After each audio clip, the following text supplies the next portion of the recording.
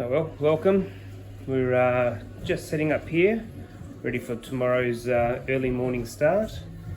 So what have we got here? We've got a Hef that we're doing, and as you can see, we've got all our grains ready. So we're just going to measure this out in a moment, and once we measure out, we'll be able to run it through the mill. Nothing special there, just an entry level 2 roller, and we'll get it started. Alright, so we've just set that to tare. Take into consideration there, our first ingredient is 1.4 kilos of wheat.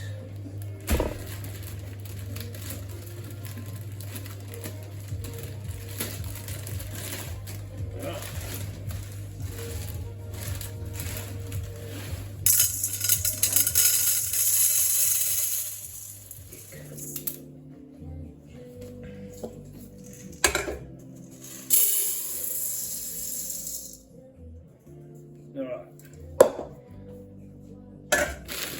so back to tare. We're going to want 1.2 kilo of Pilsner malt.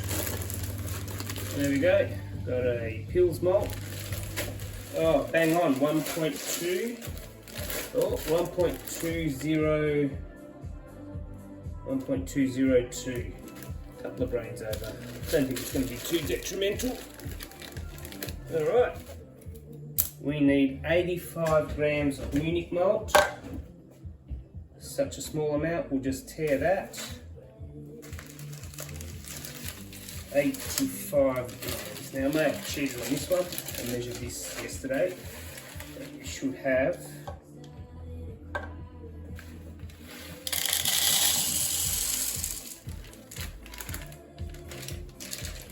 86 grams of Munich malt.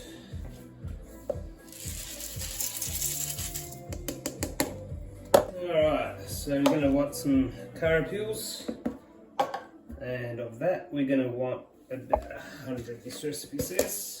Now, this is a recipe I actually put together. It's the second time I'm making this batch, and we need about 100.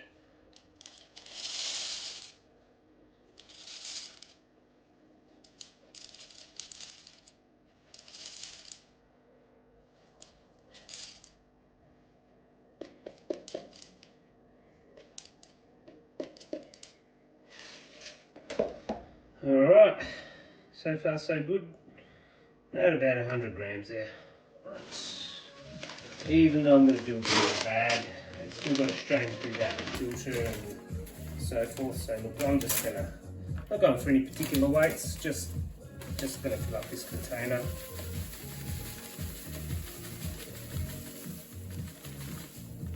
Yeah, rice hulls actually.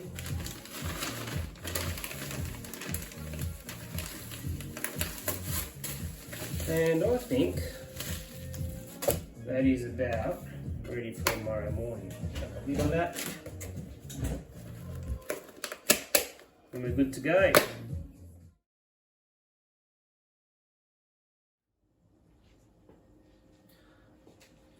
Good morning. It's a bit of an early start this morning. It's just gone 6:30, and we're going to have a quick look at getting things lined up here. So first of all, in order to begin our mash, these are the grains that I milled up last night, and they're ready to now go into the pot. So you'll notice at the pot I don't have a bag in here. That's because once I do my mash, I'm going to empty it into an ESKI to do the last part, and that's what will collect into the bag. So let's, as we can see here, we've got a bit of measurements there, so we'll get a rough idea what's going on. Okay, so we're just about where we need to be. We're going to get to about the 9.5 litre mark. I'll pop that over onto the stove. But before we do, we're just going to sit that there, wipe its bottom, and straight onto the stove. It's going. We want to go for a strike temperature of about 49 degrees. 48, 49.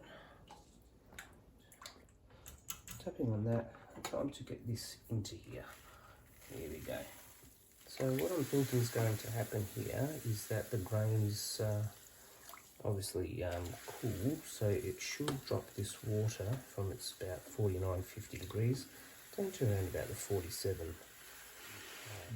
When this is ready, we'll pop it into the ESKI, which is where the bag is, and we can then do the rest of the brew of the bag there. Just going to take that out for a moment, give this a good stir through, get those grains all wet, make sure there's no clumps anywhere. Just give it about 8 to 10 minutes at that sort of temperature, 47. From reading around on the internet and so forth, this is where the wheat and so forth will be able to sort of have a bit of a clove release. Alright, so whilst this is doing its rest, still got 6 minutes to go, I'm just going to grab this pot. And what we're going to do is we're just going to put some water in here, and we're just going to pop this onto the stove. So this is the water we're going to add into the ESKI to get our temperatures up and get the liquid that we need. Alright, having a look at this, let's have a look. We now 3 minutes to go of our 8-minute rest. Give it a little stir around, see how it's going. Now, keep in mind this stove is off because it's just at its resting temperature of about 48 degrees. Alright, so this is the ESKI that I prepared earlier. And as you can see, I've got my brew in the bag, a couple of clips just to hold it all in place. And when everything's ready, we'll empty all the contents straight into there. Alright, so we've done our 8 minutes of F rest, so we're still sitting at about 47 degrees, 48. I'm going to cheat now. I've got my water back here heating to go into the ESKI, and I'm going to bring this up to temperature now so it gets to close to about 60, 64. I'm going to do that by switching on the stove onto a high and doing a bit of a continual stir so the bottom of the pot doesn't get too hot and burn any of the grains. So we currently hit 60 degrees. I'm looking for 65, so when this gets to about 63.5, I'll switch the stove off. The residual heat from the pan bottom or the stovetop will carry. That'll get us up to about 65. In the back pot here, I've currently got it. I'm needing to seek a temperature on that second pot at about 85. And then when I mix these two liquids, 65 plus 85, into my ESKI, I should achieve a mash temperature of about 68 degrees Celsius, which is where we need it. So just give that a little stir, and all this is now ready to transfer into our ESKI, which is where our brew in the bag is. So we're going in there, and time for business. So this is going to be really heavy. What we'll do, so we'll just get ready, and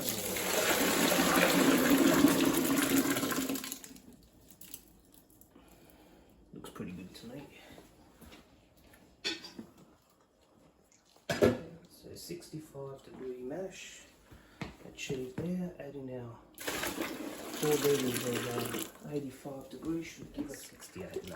I'm happy with that. We'll have another couple of degrees loss over the next 40 minutes that it's in here to do its little job. Close that lid. So in about 20 minutes I'll add the carapils to finish the last 30 minutes. Roughly that's the math. So we're kind of sitting at about the 67, which is roughly kind of where I need to be. Time to add my carapils, and today for good measure I'm going to add some rice hulls with that.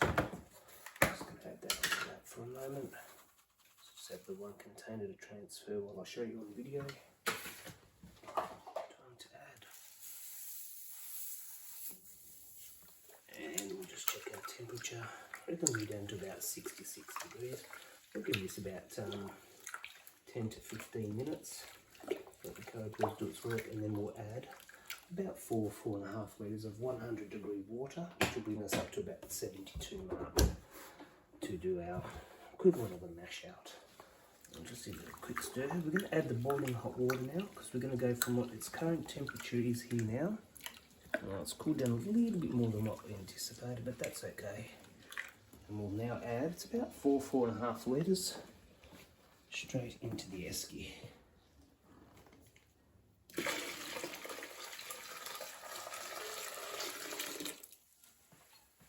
Give that a nice little bit of a stir.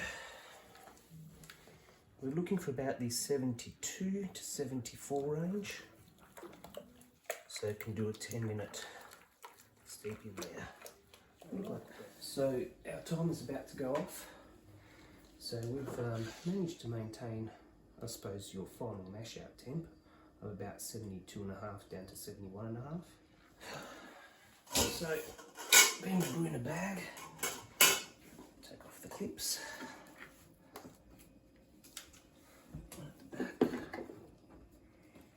What we'll do is we can take that out now. Beauty of having a towel on the floor, a few spills or drips, doesn't matter. Now at this point, I can gather the drawstring. You know what, let's do it. And we'll just lift out this bag. Now it is very heavy.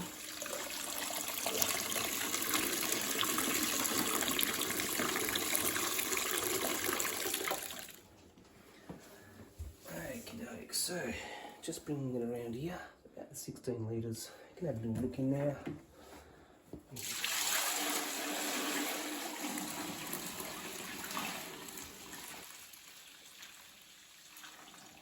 And we've still got a little bit of liquid left over, so we're just going to pop it into the next pot. But I reckon that's pretty good. So we'll pop that over there. And let's have a look at what we've captured out of there. Alright, so we've got a nice little amount. Just going to add that into that pot there. And we've got 1040 as our gravity. And we're chasing for 14 grams. Let's see that. Just keeping an eye on that. 13, 12, and 14. 14 is what we're after. 14's on the dial. I'm happy with that. 14 grams of Hallertau. Put that in there. And now that it's time to put these pots to start cooling down. I'm just into a bath of cold water and should be there for at least the next maybe 20 or 30 minutes. Keeping in mind that if I stir that, it has to be with sanitised equipment. Alright, and we'll go and get our other pot. Right, and this is our second pot. It can just come straight over here into this bath. There we go. Right, so this is just cooling down. We're going to just check its temperature. Now, because we've got the wort now cooled down, everything that touches it needs to be sanitised, so that's my sanitizer there. We'll just pop that in here and we'll get a bit of a read of where we're at temperature wise. Around about the, I'd say just below 30. Now we're going to pop our Hefeweizen into the fermenter, utilising the yeast cake from the Weizenbock. The contents of the pot, I'm just being mindful that we have hot matter in there. So this has been sitting really still now for the last few hours, the last couple of hours. And I'm going to add that really gently in there. So what I've got here, I've got an air stone that's been in the sanitizer, a hose that's been in the sanitizer, and a little Hot Devil oxygen bottle. I'll just stick that in there. I'll turn it on for a minute. And I don't know if you can see that, but you'll see it's oxygenating the wort. So just run that in there for a few seconds, give it a little stir.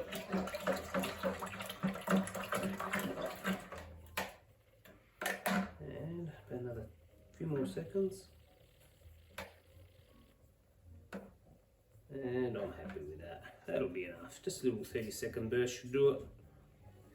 Temperature probe back in now. So it's been in the sanitizer, it's been cleaned in the sanitizer, and that can go back into the wort.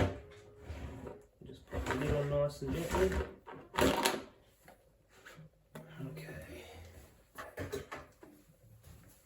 So, as I said to you, I haven't used an airlock for quite a while now. And yep, it's open, but look, to be honest, it's producing carbon dioxide as part of the fermentation process. It won't take long for that little bit of oxygen in there to It's supposed to be pushed out through the CO2 and through here.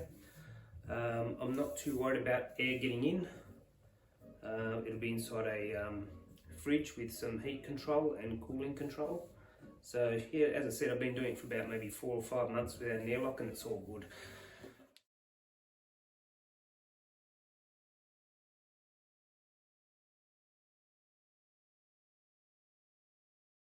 Alright, so we're now going to do our sugar syrup.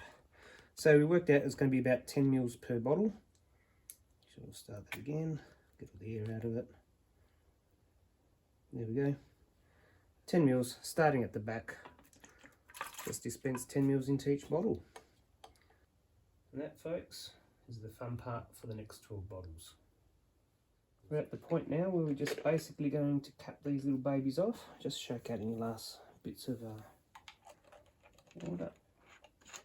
So what I'll do now is I'll just go through, I'll nip them all up, and I'll pop them upstairs. It's a bit wintry here in Hobart, so I'll pop them upstairs by the heater, and they'll condition for the next fortnight upstairs in the warmth before then they go into a cool area just to mature until Oktoberfest time, which is why we're making them, the Weizen box for Oktoberfest. Yeah,